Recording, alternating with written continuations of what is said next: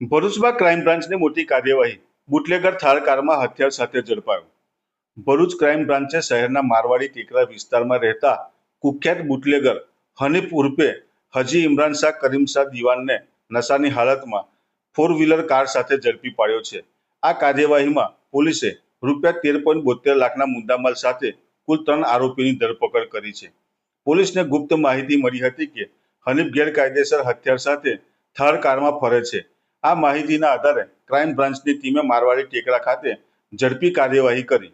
હનીફને નશાની હાલતમાં પકડી પાડવામાં આવ્યો અને તેની સાથે થાર કારના ડોરમાંથી એક બનાવટી પિસ્તોલ, લોડેડ મેગેઝીન અને 2 જીવતા કારતૂસ જપ્ત કરવામાં આવ્યા.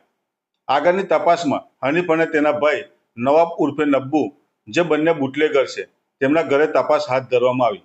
ઘરની તપાસમાં પ્રતિબંધિત ભારતીય બનાવટના વિદેશી દારૂની નાની મોટી સીલબંધ બોટલો, દારૂની ડિલિવરી માટે ઉપયોગમાં લેવાતી 4 બાઇક અને થાર કાર મળી કુલ ₹13,72,000નો મુદ્દામાલ જપ્ત કરી કાયદેસરની કાર્યવાહી શરૂ કરવામાં આવી છે. ઝડપાયેલા આરોપીઓ સામે અગાઉ પણ પ્રોહિબિશનના અનેક ગુના નોંધાયેલા છે, જે આ કેસને વધુ ગંભીર બનાવશે.